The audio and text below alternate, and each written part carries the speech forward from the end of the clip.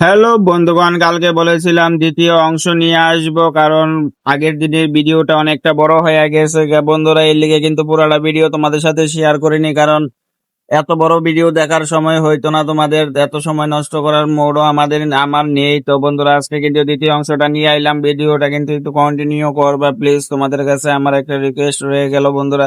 ভিডিওটা দেখে যদি মনে হয় ভালো লেগেছে, তাহলে সত্যি একটা গঠনমূলক কমেন্ট করবা। আর তোমাদের কমেন্ট গুলি আমার কাছে সেই মজা লাগে। আমি তো প্রত্যেক ভিডিওর মধ্যে তোমাদেরকে বলি, নতুন করে আবার কি বলবো। তো বন্ধুরা, কালকে তো দেখছিলা যে আমি বাগেট গুলার মধ্যে মানে পিস্টন গুলার মধ্যে বাগেট গুলা পরাইছি।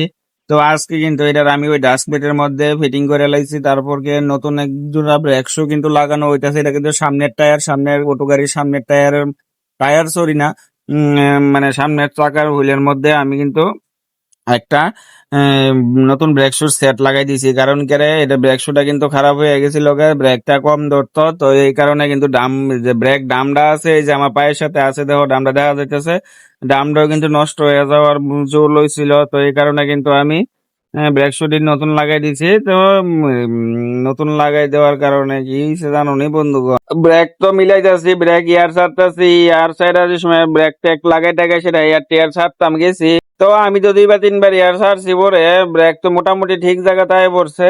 লাস্ট বার যে সময় ব্রেক মানে লাস্ট আর ছাড়ানোর দরকার নাই, লাস্ট যে সময় ব্রেকটা ইয়ারটা ছাড়াম, তখন কিটা করছে মালিক বেটা, এই ব্রেক অয়েলের ডাব্বার ভিতরে ব্রেক অয়েল শেষ হয়ে গেছে, মালিক বেটার খবর নাই, বুঝিনি বন্ধুগণ। তো এমন জায়গায় গিয়ে আটকাইছে বলতে, লাস্ট মুহূর্তে আমি যে সময় ইয়ারটা ছাড়ছি, তারপরে কি হইলো, ডাব্বার তেল সব খালি হয়ে গেছে, ব্রেক আবার একবারই কিছু ধরে না। ওই আগে যেমন আসলো ব্রেক মানে বাগেট খোলার পরে সেই রকম হয়ে গেছে তো যাই হোক, আবার নতুন করে ব্রেক অয়েল দেওয়া হয়েছে। দেওয়ার পরে এই ব্রেকটা আবার গড়ায় আনতে আছে না, অনেকক্ষণ সময় লাগছে। এদিকে আবার সন্ধ্যা হয়ে আছে কাজ করতে করতে, এদিনের কাজ করতে করতে অনেকক্ষণ সময় লাগছিল। সন্ধ্যা হয়ে আছে তে মশার কামড় টামড় খাইয়া কাজ টাজটা করছি। যাই হোক, কাজ জন ধরছি করতেই বন্ধুরা। তো বন্ধুরা, ভিডিওটা কেমন লাগলো অবশ্যই কমেন্টের মাধ্যমে জানাইবা। আর তোমাদের বাইকে ফলো করে তোমাদের পাশে রাখবা। আর বন্ধুগণ, নতুন ভিডিও আবার কালকে আসতে চলেছে, এতক্ষণ পাশে থাকবা। ধন্যবাদ।